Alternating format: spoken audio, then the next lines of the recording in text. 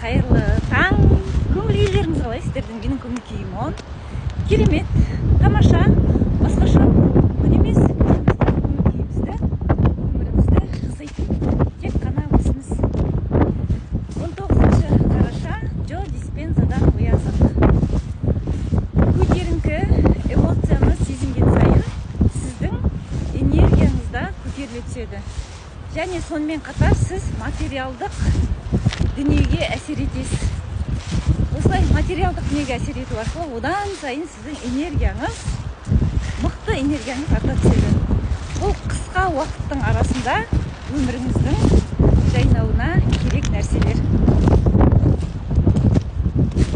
Яғни көңіл күйімізді, эмоциямызды көтеру арқылы біз энергиямызды арттыра түседі екенбіз. Энергиямыз артқан сайын біздің материалдық дүниеміз артады екен.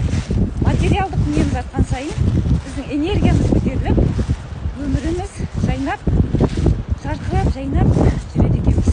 Көңіл күйдің көтерілуінен бастаймыз, көңіл күйдің көтерілуінен аяқтайды екенбіз. Міне осы кезде өміріміз жарқырап, жайнап, жадырап, осы сатыдан, дұрыс сатысынан жай-жайдан осы саяхаттап осылай өтетін болсақ, бақытты болудың не кілті осы деп айта аламын. Осылай лайықтымын деген өміріңізді сүріп, болашаққа нық сеніммен қарап, осылай өміріңізді жасап аласыз. Көп адамдар айтып жатады, мен бірінші материалды жағдайымды жасап келейін, содан кейін барып салауатты өмір салтын сақтаймын, таңда ерте тұрамын, жүгіремін дейді.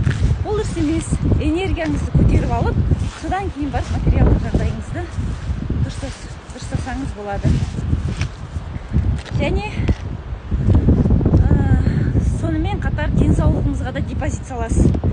Көңіл күйіңізді көтересіз, эмоцияңызды көтересіз. Мынандай керемет теңізге, далаға, таза ауаға шығып энергияңызды, көңіл күйіңізді көтеріп, үйге жанданып, сәтініп келген кезде сізге мүмкін емес нәрселер қалмайтын болады.